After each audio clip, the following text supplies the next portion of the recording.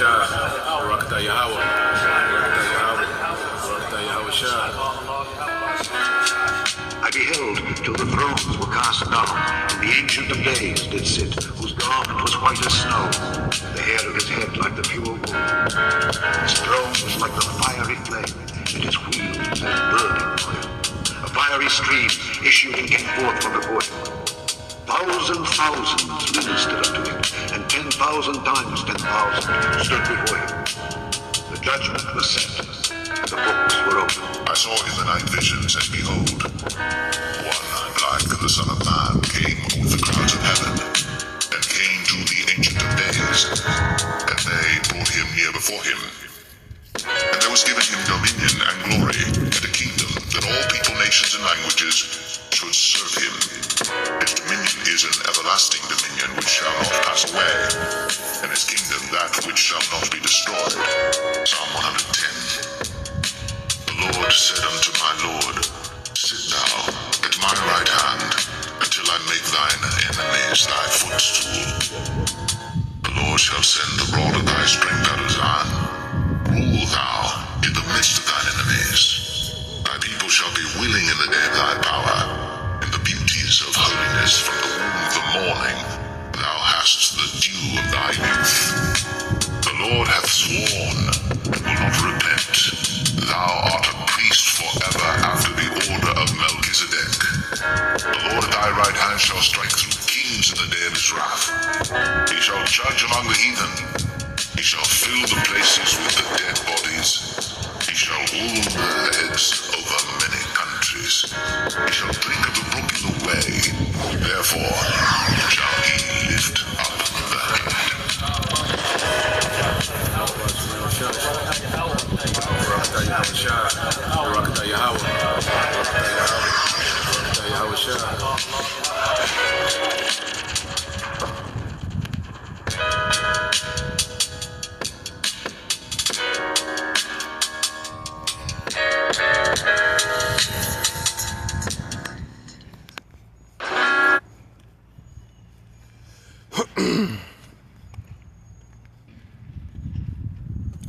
All right, Shalom. First and foremost, I would like to give all praise, honor, and glory unto Yahweh, Bahashem Yahweh Shah, Bahashem Kakwadash. Double honors unto the apostles and the elders of GMS who rule well, teach well, being great examples towards younger brothers. And peace and blessing, salutations to the hopeful elect out there pushing his word in truth and in sincerity across the four winds. In the name of Yahweh Bahashem Yahweh Shah. Pushing to get up out of here. Shalom to the hopeful elect, the believers, the listeners whom have came back to the obedience of the scriptures through faith in Yahweh Bahashem Yahweh Shah. All right, and what I want to get into today is duty, honor and love, and this thing of ours as we grow, as teachers, as leaders, as prophets, Lord will, we of that number.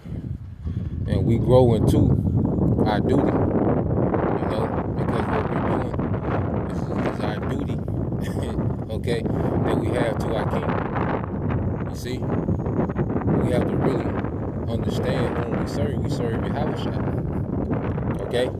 And our duty is to, all right, the sheep of the King, the subjects of the King, okay? We've been tasked in this ministry, to have oversight of the flock. Okay, and that's a high calling. Okay, that's the highest calling that a man can have in the earth, is the Israelite man to serve Yahweh Shah. Okay, and we have to take it more serious. Okay, the longer we're in this thing, the more we understand what we're about. We have to take that calling more and more serious. Okay. Because you go here, before we even get to that, in Daniel, I believe that's Acts, 20th chapter. Okay, Acts 20 and 28, yep. This is the book of Acts, chapter 20, verse 28. It says, take heed, all right, therefore unto yourselves. It said, take heed, therefore unto yourselves, man. Go into self-examination. Okay, because before we can lead anything, before we can have oversight over anything, we have to take heed to ourselves, man. I know, and that's a daily thing. When the scripture say examine ourselves, that's a daily thing. You know, we have to constantly examine ourselves day to day. You know, taking heed to ourselves, making sure we're on point. You know, before we begin to teach, to rebuke, to correct, okay, anything, we have to make sure that we're on point. Okay? So it said, take heed to yourselves, therefore unto yourselves, and to all the flock, to which the Holy Spirit have made you overseers. Okay? So this is an office, okay, that we've been given, all right, in the spirit. Okay? Yahweh Shem Al Shai has entrusted particular men in the earth to be overseers over his flock. You know, and that's a tedious job. You know, tending to the flock. Okay, that's a tedious job of, you know, constantly mending fences. You know, certain, you know, you have certain rebellious sheep that won't constantly get out. Okay, you have certain, you know, beasts, wild beasts that you will have to protect and constantly keep a hedge around. Okay, someone will scurry off. You will have to go and look for them.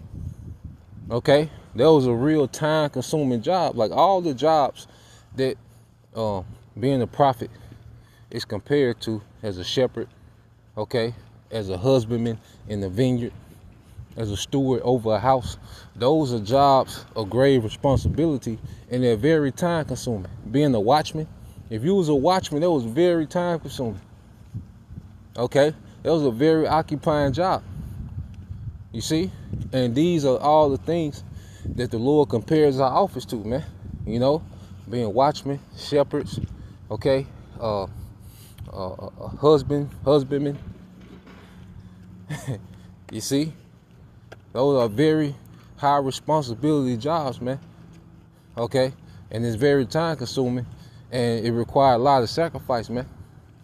Okay, remember when Samuel came to anoint the next king after Saul, okay, and he went to Jesse's house, and all King David's brothers, you know, they was, you know, Samuel looking at them, and remember, as he's going through all of them, and the Lord saying, nah, none of these are it, okay, well, remember, they had to go get David. Okay, and what was David doing? He was tending to the sheep. So while everybody else was living their day to day, you know, that was pretty much, you know, in view. You see, King David, one of the reasons he wasn't even considered because he wasn't on the scene. He was tending to the flock. He was out of pocket. Okay, so we have to understand the office that we got and the sacrifice that it requires, man. You see? And it's all a labor of love, which you're going to tie everything in. You see? We're going back into it. It says, take heed therefore unto yourselves and to all the flock, over the which the Holy Spirit have made you overseers, to feed the church of the Most High, which he have purchased with his own blood. Okay? So Yahweh Shai has purchased the church through his sacrifice, and he set men up to be overseers over his investment. Okay? The Lord purchased the elect with his blood through torture. The elect was purchased through torture. Okay? And he expects, all right, he serves certain spirits, those first fruit spirits, as overseers, okay, over his flock. Okay? To cultivate them until he returns. Okay? So this is a serious thing, a high calling, you know, that we've been called into. Okay? And that's why we want to make sure that we walk worthy of that high calling, as the scriptures say. Okay? As you go into Ephesians, let's get that in Ephesians 4:1. It's the book of Ephesians, chapter 4, verse 1. It says, Ephesians 4:1, It says, I therefore, the prisoner of the Lord, beseech you that ye walk worthy, okay, of the vocation or the calling wherewith you are called. You know, and how do we walk worthy, man? Through diligence, man. Okay? The office that we have requires diligence. You know, whatever our portion is, and whether our portion is big or small, guess what? There's still a level of diligence that's required. Okay? That's how we walk worthy, being consistent, growing in this thing, man. Okay? Because not only, you know, do you grow in quantity of production, but our quality of production should grow. Because if we're growing in Yahushua, okay, the quality of what we produce should increase, man. Okay? You see? It said, verse 2, it said, with all lowliness and meekness, with long suffering, forbearing one another in love. Okay? Because this thing is called what? A labor of love. Okay? Why is this called a labor of love? Because the truth, cultivating someone in the truth, is the highest form of love that you can show. As we tell our people who they are, the names of their power, their expectations, you know, the things that are pleasing to the Lord. For you brothers, you sisters, man, telling you what's pleasing to the Lord.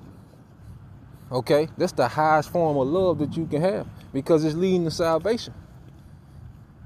Okay? You can deposit somebody $1 billion a day into their bank account, and it wouldn't add up to telling them the truth, teaching them and cultivating them in the truth. Okay?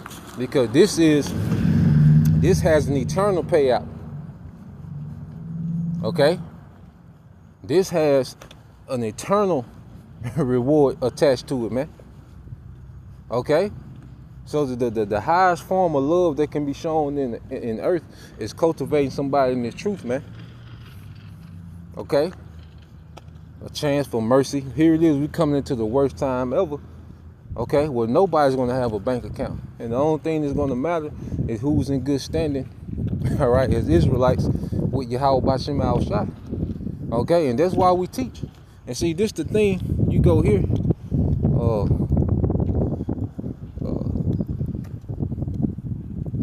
let's get that in Hebrews chapter 6.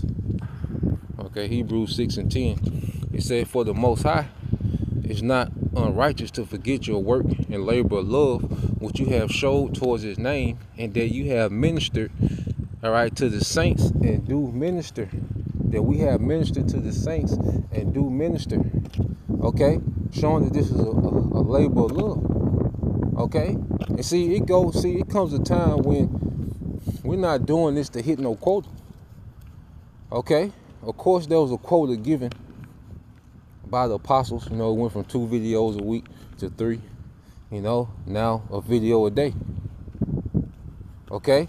But as we really become obsessed with this thing, if we really become obsessed with the promises of the Bible, it goes beyond the quota. And as we're teaching, it's for the sake of the edification of the church, man. We're not teaching just to say we did our video for the day. You know, we shouldn't be having that mindset, well, I'm going to teach to do my video for the day, to keep the camp heads off my ass, to keep the apostles off my ass. I'm going to do this. No, man, we doing this for the believers, man. You know, we doing it because we're obsessed with this thing, man. Okay? This is a labor of love. Like, we want to see the biggest payoff is seeing brothers and sisters growing in this thing. Okay? That's the payoff.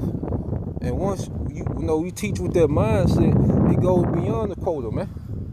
Okay? We shouldn't even we should be on point without counting. Okay? I don't know how many videos I do a week, a month. You know? I'm not counting because the whole intent, it's a labor of love to sincerely see brothers grow into leaders and teachers, man. Sisters growing in obedience and understanding, all right, their role in this thing. You see? It's not a thing of hitting a quota or teaching to be seen or trying to be popular or trying to get some clout. Nah, man. You know, it just, hey, we should sincerely take the portion that the Lord gave us, man. Okay? and laboring this thing, toiling this thing, man. It's bigger than us. Okay? That's why you see, brothers got multiple channels. Okay, because back when they was, giving strikes out like crazy, you had one channel, then they give you a strike. Okay? And then you'll have a new channel, but there ain't no traffic over there because it take time to build traffic. That's why, you do be sick, when you get a strike, especially you got one channel, and you got to start from scratch. You see? And then you back prophesying to the wind, which, and then the thing is like, damn, brothers, it's like you're invisible. When you go from, having that traffic, all right, to having to start over, it's like, damn, you invisible. You see? Brothers and sisters get to asking about you on your other channel, like, you good? Jake hit you with the you good? You know what I'm saying? In other words, where the hell you been? But you still been teaching on the other channel, but it just don't have that traffic. It don't hit the algorithm like that. So you see brothers have those multiple channels. That way, if one gets a strike, brothers can just, segue to another channel and keep the edification going, man. And that's the last thing, because you got to remember when we first came into the truth, we were edified through diligence, man. Because there's certain brothers that we gravitate to, and you manually check their channel, and you don't see nothing new. You be, you see, you be on stuck. You see? So as we grow, and then, you have followers that look forward to the content that we make. It's like, nah, this is a duty. Okay? The hell what I got going in my personal life, this got to get done. That's going to enduring all things for the elect's sake. Okay? Nah, brothers, sisters, they be ready. They be waiting for that next meal. Okay? All the prophecy that's happening with major. That's why sometimes Apostle Paul said they that had why be as though they had none, because sometimes it gets so active with prophecy, man. Okay? You got to go in overdrive, man. Just like the workplace when they call peak season, you work for UPS or something, it's peak season. Well, you have to work more hours and it's more intense. Okay? Well, the office of you see, this thing is built on the labor of love. Okay? So, reading it again, Hebrews 6:10 said, for the Most High is not unrighteous to forget your work and labor of love, which you have showed towards his name, and that ye have ministered to the saints and do minister, and we desire that every one of you do show the same diligence to the full assurance of the hope unto the end. Okay? And I'm saying this is an honorable thing that we're doing, man. We have the privilege to serve Yahushua. Okay? We have the privilege to serve Yahushua, man, and to be pleasing, to get that well done. Job well done from Yahushua, man. Okay? Because we spend most of our life trying to impress this world. We gave so much time, and I think about that often, man. The time wasted given to this world, man. Okay? Because even, people talk about self-care. Well, ain't no self-care like being conformed to Yahushua. That's the highest level of self-care that we can do, is be conformed to Yahushua, because he comes in the volume of the book. And Yahushua covers everything. Okay? It covers everything anything in the self-care world that they go into, all right, is rooted in Yahushua, in the volume of the book. Okay? So, self-care, people talk about self-care as it mean to step away completely from everything. Nah, man. Okay? Cause see, Yahushua is healing us, man. The more we tap into this, the more we're being healed. Our spirit is being healed. Our minds are being healed from the filth of this society, man. If this teaching is going out, the vibration of this word going out, the elect are being healed. Okay? So the ultimate form of self-care is this ministry, man. Okay? Because within it, it covers everything, man. You see? So, going back to here, because the whole point of these lessons is what? For the elect to be built up. First, this Colossians chapter 1, all right, verse 9. It said, for this cause, we also, since the day we heard it, do not cease to pray for you and to desire that you might be filled with the knowledge of his will in all wisdom and spiritual understanding. That's the desire, that the believers be filled with understanding. These lessons are going out to increase understanding. Okay? Because as we study and research and get into these things, okay? Because one thing about it, it's a cycle of edification. You know, because there's a lot of edification that comes with, you know, reading, you know, and researching and watching things. There's a lot of edification that comes out of that, okay? And as we pass it on, what are we doing? We're passing on that edification. We're transferring that edification to the body. So everyone's being built up. Because as teachers, we're constantly being built up. We're constantly growing, okay? We're still hungry and thirst in this thing, man. Okay? And we got to remember, when we came in, we were looking forward to certain to videos, man, to count days. Okay, the weekly lessons. We were looking, hey, we were thirsty for those things, man. Okay? And you got new believers waking up all the time. You see? And the last thing we should want is having somebody on stuck.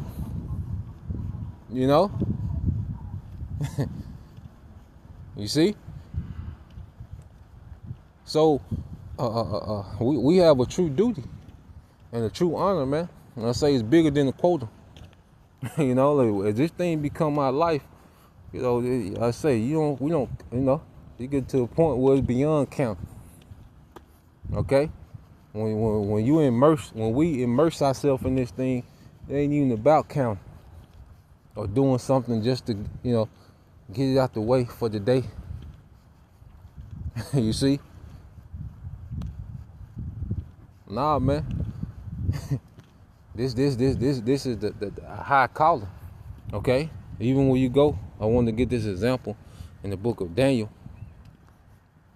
chapter 6. All right, this is the book of Daniel, chapter 6, verse 1. You know, because at the end of the day, you know, we can go into, okay, you know, they got this going on, got that going on. But then that's why when you read our forefathers, we be cut. You know, and one thing too is when the spirit be on me not to do nothing. You know, a while ago, like how the spirit will be on me, you know, as we maturing in this thing, and the spirit will be on you not to do anything. And I ask myself, well, would I do it for a bitch? You know, would I go do this for a woman? Okay? Because that, you know, that slothful demon be like, you good, chill. You know, well, sometimes you do have to reflect in the spirit, you know, kind of reflect on things and then get back to it. But then a lot of times it be that slothful demon, man, trying to get you off rhythm. And I had to ask myself, well, if it was a woman, would I get up and go? You know, and I'd be cut. You see? Because, you know, it gets to the point when you read about our forefathers, it eliminates the excuses that we could have. You know, when you read about the men of honor, how our forefathers, they was all about their duty when it came to Yahweh Shem Al-Shah, and it was all in love. Okay? You gotta think, the Maccabees, they waged a war against an empire. Okay? They was pretty much a vassal state. Judea was a vassal state at the time, but they waged a war with the empire. Okay, in righteousness, man, for the sake of duty and honor. Okay? We gotta really tap back into the mentality of our forefathers, man. That's why it's good to read up on those men. Okay? And gauge ourselves off those men. You see? So you go here to the book of Daniel, the 6th chapter. It said it pleased Darius to set over the kingdom 120 princes, which should be over the whole kingdom. And over these 3 presidents, of whom Daniel was first, that the princes might give account unto them, and kings should have no damage. Okay? So you had 127 princesses. Princes. Okay? 127. So that was like, imagine, America got 50 states. So that's almost twice and a half.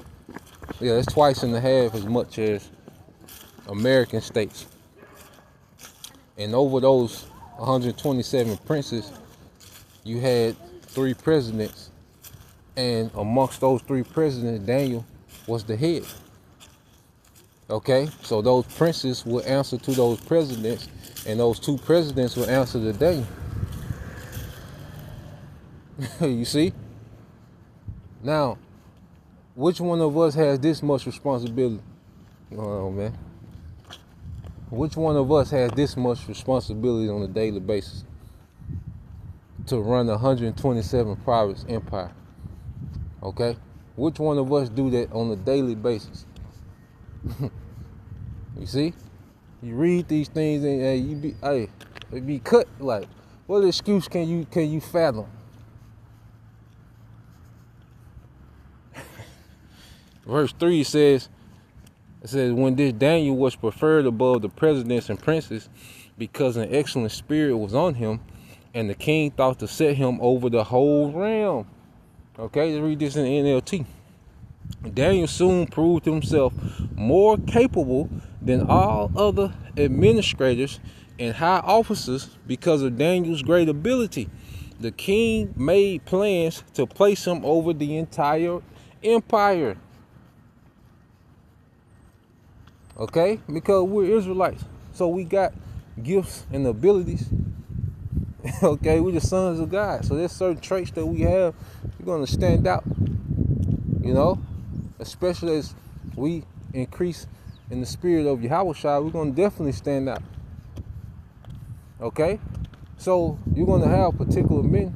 It's going to have, this world is going to place a lot of responsibility on particular men in this walk, in this faith. Okay? And the balance of it all is it can never interfere with our spiritual obligation. You know, there's nothing wrong with having, responsibility of this world. Okay? There's nothing wrong with, having rank and status in this society. Okay? But we have to balance it out according to our office in the spirit. Okay? Our office in the spirit doesn't compromise with our responsibilities in the world. It's the vice versa. You see, when it comes to our office in the spirit, anything can get cut off. Anyone can be cut off when it comes to our office in the spirit. Okay? So verse 4 says, then the other administrators and high officers began searching out for some fault in the way Daniel was handling government affairs, but they couldn't find anything to criticize or condemn. He was faithful, always responsible, and completely trustworthy. Okay? Why? Because he was brought up, with integrity. He was brought up in the law. Okay? So his conduct, he was blameless. You see? So even amongst, even with the authority he was given, he wasn't corrupted. He didn't get corrupted. He didn't let power, authority, clout, he didn't let those things corrupt his core, his integrity, man, who he was. You see? Verse 5, it says, so they concluded our only chance of finding grounds for accusing Daniel would be in connection with the rules of his religion or against him concerning the law of his power. So the administrators and high officers went to the king and said, "Long live King Darius. We are all in agreement, we administrators, officials, high officers, advisors, and governors, that the king should make a law that will be strictly enforced. Give orders that for the next 30 days, any person who prays to anyone, divine or human, except to you, your majesty, will be thrown into the den of lions. And now your majesty issue and sign this law so it cannot be changed, an official law of the Medes and the Persians that cannot be revoked." So King Darius signed the law. Okay, so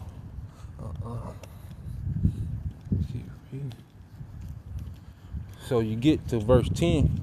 It says, "But when Daniel learned that the law had been signed, he went home and knelt down as usual in his upstairs room with his windows open toward Jerusalem. He prayed 3 times a day, just as he had always done, giving thanks to his power." Okay, so Daniel, when he understood, okay, what was done, he was unmovable. That didn't deter him from his duty. He didn't care about that he was just made, all right, he was pretty much second in command over the Medo-Persian Empire. He didn't care about that status. He didn't care about he could lose that, okay, and what that would mean. No, he had full faith in his power. Okay, he didn't trust in his status in the world. He wasn't overly concerned or obsessed with his status in the world. You see? Because the chapter before, he had just told Belshazzar, "Look, you can keep a little reward, but I'm going to read this writing on the wall for you." You know? But the Lord kept elevating Daniel because he knew Daniel could be trusted in the spirit. You see? The Lord knew Daniel could be trusted in the spirit, and he just kept elevating him, man. Okay? But when he found out about the decree, he didn't even care about his life. The hell with a lifestyle, he didn't care about his life. Because Daniel, you read in Daniel, he had servants. Okay, if you're second over the empire, ain't no telling what, you know what I'm saying, people talk about net worth, ain't no telling what Daniel was on. But it's never mentioned because it don't matter. What we know about Daniel is how he unmovable when it came to Yahweh Bashim Al-Shai. You see?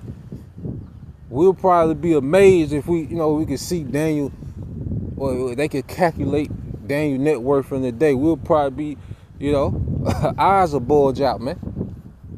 But he didn't care about none of it. You see? All right. And then he said he prayed the Most High 3 times a day. He prayed. Okay? Was what? He was diligent, man. Because when we do these lessons, we're praising Yahweh Bashim Al-Shai. When we teach, okay, we're praising Yahweh Bashim Al-Shai. Okay? And it said Daniel did the same thing 3 times a day, man. Consistently. Okay? It didn't matter. Remember, he's running the empire, but he's still doing this consistently, man. Okay? One thing about it, grown folks gonna find time for what they want to find time for. I don't care what you talking about. When we get through talking and trying to dissect each case by case, grown folks gonna find time for what they want to do, regardless. Money ain't an issue. Time ain't an issue. Transportation don't be an issue. When grown folk want to do something, they find time and resources to do it.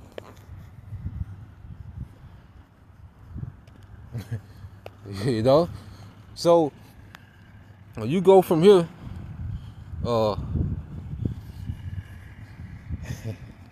let's get this. Okay, let's get this in 2 Corinthians. It's the book of 2 Corinthians, chapter 9. This is second. Might be 1 Corinthians.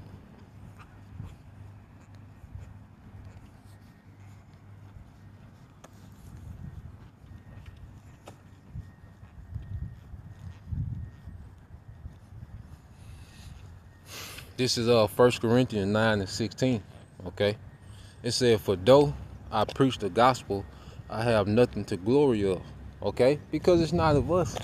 Because we don't do this to get vain glory of men. We don't do this to get praise on the comment board. Okay, I say this is a labor of love, man. Yahweh Shai, is getting ready to come back. He wants the minds of his people prepared for his return.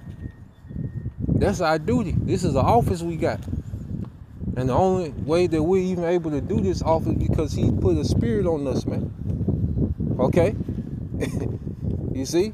He put his Ruach HaKodesh, he put the Holy Spirit on us to do these things. That pure influence from on high.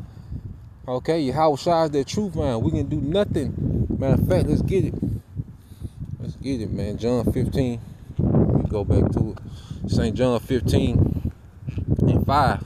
It says, "I am the vine, ye are the branches. He that abide in me, and I in him, the same bringeth forth much fruit.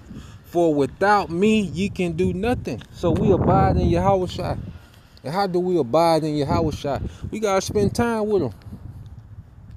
We got to separate from this world. We got to fast. We got to pray. We got to read. We got to research, study. That's abiding in Yahweh Shai. That's how we're able to produce. Okay? Because we're connected to the vine. Okay? No good fruits comes from being connected and entangled in this world. Okay? The good fruit comes from being connected to the vine of Yahweh Shai. These videos should represent our growth in our day-to-day. Okay? Our day-to-day should pour over into these lessons that we teach. You see? And it's all about what? Being connected to the true vine, Yahweh Shai. That's why we have nothing to glory of, man. Because one thing about it, we stray away from abiding in Yahweh Shai. Guess what? That's why the spirit be dry. Okay? Because this is not of ourselves. We can't just wake up and do these things. Nah, man. We got to live this thing. Then we're able to do this thing on a high level. According to whatever portion the Lord gave us, man. Okay? So, going back here, 1 Corinthians 9 and 16, it said, "For though I preach the gospel, I have nothing to glory of, for necessity is laid upon me. Yeah, woe is me, woe is unto me, if I preach not the gospel," man. Okay, which is destruction. You see? And I fear, I fear not fulfilling my lot in this thing, man, in this thing of ours. We should all fear of not fulfilling our lot, man, doing what's required of us, man, based on the faith that we've been given. Okay, necessity is laid upon us, man. We've been commissioned to do this, man. Okay, let's get this word necessity in the Greek. Ooh, there we go. Strong's G 318. Anake. It says necessity imposed either by the circumstances or by law of duty regarding to one's advantage, all right, custom or argument, man. Okay, imposed either by the circumstances or by law of duty. You see? And Yahweh Shai, that's a law. Yahweh Shai is a king.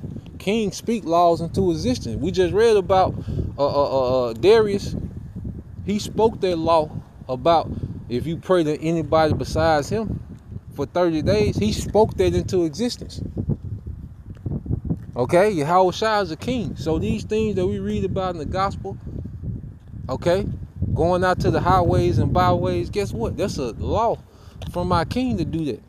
Feed his sheep. That's a law from the king to do that. Okay? Love the Most High with all thy heart. Okay? With all thy soul. Well, guess what? What is the Most High dealing with the most right now? Teaching his word. Okay? If we love our neighbor as thyself, we want our neighbor to be equipped with the understanding.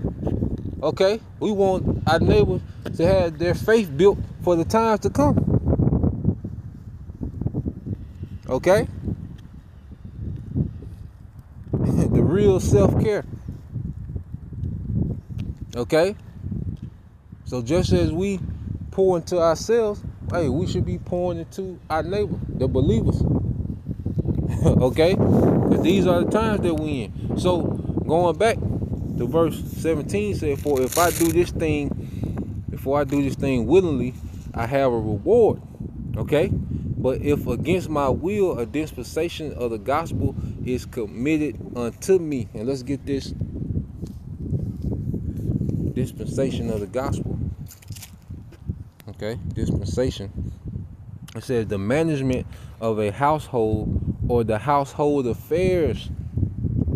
Okay, so we've been given, the responsibility of managing the household affairs of the king until he returns. Okay, and the king wants his subjects built up in him. Okay, to understand what's happening, what's coming to the earth. Okay, Yahushua not coming to teach, he coming to wage war and to deliver those that have been cultivated to his liking, man.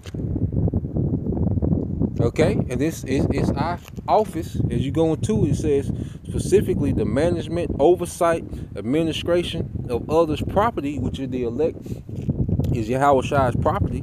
The office of a manager or overseer, stewardship. Okay, the office of a manager or overseer or stewardship, and that's a tedious job, man. Okay, all these false doctrines that need to be corrected. Okay, all the confusion you have new believers is weak in the faith. Things have to be broken down. Things have to be thoroughly went into. Okay, all this prophecy going on, these things have to be explained to how they relate to the Bible, man. Okay, when these things happen, the believers, they're looking for what do these things mean biblically. So as we've been given these offices of overseers, we have to really take this thing seriously, man. And like I say, it's bigger than the quota, man. It's way bigger than the quota. Okay, we should just be on go mode. Okay, we should just be on go in the spirit, according to whatever our lot is, man. Okay, so verse 17 said, for if I do this thing, I'm reading NLT, if I were doing this on my own initiative, okay, I would deserve payment, but I have no choice, for the Most High has given me this sacred trust. Okay, what then is my pay? It is the opportunity to preach the good news without charging anyone. And that's the beautiful thing, is that we have the riches of this wisdom and we can freely give it to our people free of charge, man. Now that brothers and sisters, they tired. Okay, and it's if you're persuaded to do that, okay, but that ain't why we're here, to collect tithes, man. Okay, we don't teach for the sake of tithes. All right, that's why our Lord got it set up to where, hey, brothers, we work with our own hands, and we don't need much. That's the thing. We don't need much, man. The hell with the lifestyle. It's cool to like nice things. I like quality. I research when it comes to quality, man. But just these lavish, soft lifestyles that everyone wants to live in America, man. Those things are not needed. Okay, so when we read this again, it says, "What then is my pay? It is the opportunity to preach the good news without charging anyone. That's why I never demand my rights when I preach the good news, man." You see, because we're not here to be a burden unto Jake. No, we're here to service the believers, man. Okay, so they can be well informed of the times we in. They can be well informed of what Yahushua means, all right, to us, man. breaking down Yahushua, the volume of the book. Yahushua come in the volume of the book. Okay? So we should constantly be feeding our people with knowledge and understanding, because the more that they understand, the more they believe. Because to have faith, to have real faith, you got to understand what you believe. That's why we're going to see a lot of people, Egyptologists, Islam, Christian, they finna buckle when these prophecies settle in, because they don't know what they believe. Okay? Ask a nigga that's Islam, what's the end game to Islam? A nigga don't know. Okay? Christians don't have a clue what the Bible is talking about. Okay? Them niggas getting ready for Valentine. You see? Egyptologists don't have a clue of what God to call on. They don't know. They don't know a tenth of them Egyptian gods. Okay? The only thing that's growing and understanding in this truth, man. The only people that's growing is the elect in Yahweh B'Shem Al-Shai. All right? Because everything is making more and more sense as we get closer to that day. You see? So, yeah, that was the point. This is why we here, man. For the elect to constantly, be edified and understand what they're a part of. Okay, and be delivered, man. That's gonna be the reward. To see brothers and sisters delivered on them chariots. That's gonna be the payoff, man. This is why we do what we do. I say we should be far beyond. Okay, even have to be told a quota. It's like, goddamn. We like shit. We should be obsessed. Like, how we not upset? Look what we got coming. How can we not be obsessed with this? Okay, because one thing about it, brothers and sisters is obsessed with listening and growing. So we should be obsessed with teaching, man. Matching that energy, man. So, Lord will, you brothers, all right, and you sisters edified. Till next time I say shalom. Kwam Yashala, Abba Ball soon, shalom.